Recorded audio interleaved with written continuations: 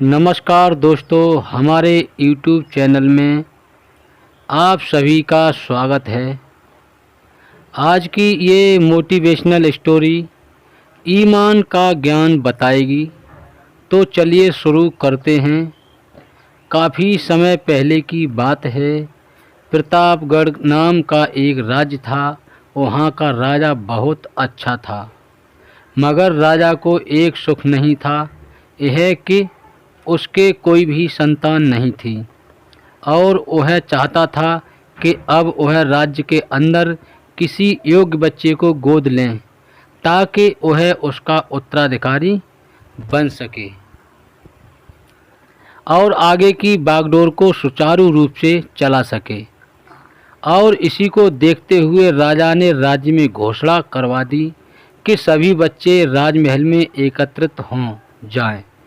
ऐसा ही हुआ। राजा ने सभी बच्चों को पौधे लगाने के लिए भिन्न भिन्न प्रकार के बीज दिए और कहा कि अब हम 6 महीने बाद मिलेंगे और देखेंगे कि किसका पौधा सबसे अच्छा होगा। महीना बीत जाने के बाद भी एक बच्चा ऐसा था जिसके गमले में वह बीज अभी तक नहीं फूटा था, लेकिन वह रोज़ उसकी देखभाल करता था और रोज़ पौधे को पानी देता था। देखते ही देखते 3 महीने बीत गए।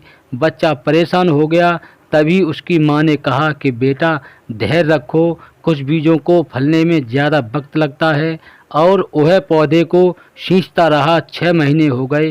राजा के पास जाने का समय आ चुका था, लेकिन वह डरा हुआ था कि सभी बच्चों के गमलों में तो पौधे होंगे और उसका गमला खाली होगा। लेकिन वह बच्चा ईमानदार था और सारे बच्चे राजमहल में आ चुके थे। कुछ बच्चे जोश से भरे हुए थे क्योंकि उनके अंदर राज्य का उत्तराधिकारी बनने की प्रबल लालसा थी। अब राजा ने आदेश दिया, सभी बच्चे अपने अपने गमले दिखाने लगे, मगर एक बच्चा सहमा हुआ था क्योंकि उसका गमला खाली था। तभी राजा की नज़र उस गमले पर गई। उसने पूछा, तुम्हारा गमला तो खाली है? तो उसने कहा, लेकिन मैंने इस गमले की 6 महीने तक देखभाल की है। राजा उसकी ईमानदारी से खुश था कि उसका गमला खाली है, फिर भी वह हिम्मत करके यहाँ आ तो गया। सभी बच्चों के गमले देखने के बाद राजा ने उस बच्चे को सभी के सामने बुलाया। बच्चा सहम गया और राजा ने वह गमला सभी को दिखाया। सभी बच्चे ज़ोर से हंसने लगे। राजा ने कहा, शांत हो जाइए, इतने खुश मत होइए। आप सभी के पास जो पौधे हैं वो सब बंजर हैं। आप चाहे कितनी भी मेहनत कर ले, उनसे कुछ नहीं निकलेगा, लेकिन असली बीज यही था। राजा उसकी ईमानदारी से बेहद खुश हुआ और उस बच्चे को राज्य का उत्तराधिकारी बना दिया गया।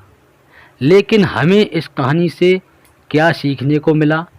मेरे हिसाब से अपने अंदर ईमानदारी का होना बहुत ज़रूरी है। अगर हम खुद के साथ ईमानदार हैं तो जीवन के किसी न किसी पड़ाव में सफल हो ही जाएंगे, क्योंकि हमारी औकात हमें ही पता होती है। हम खुद को पागल बनाकर खुद का ही नुकसान करते हैं। दोस्तों, कहानी कैसी लगी कमेंट के माध्यम से अवश्य बताएं। लाइक शेयर करें और चैनल को सब्सक्राइब करना ना भूलें। मेरे प्यारे मित्रों, कहानी को पूरा सुनें। धन्यवाद।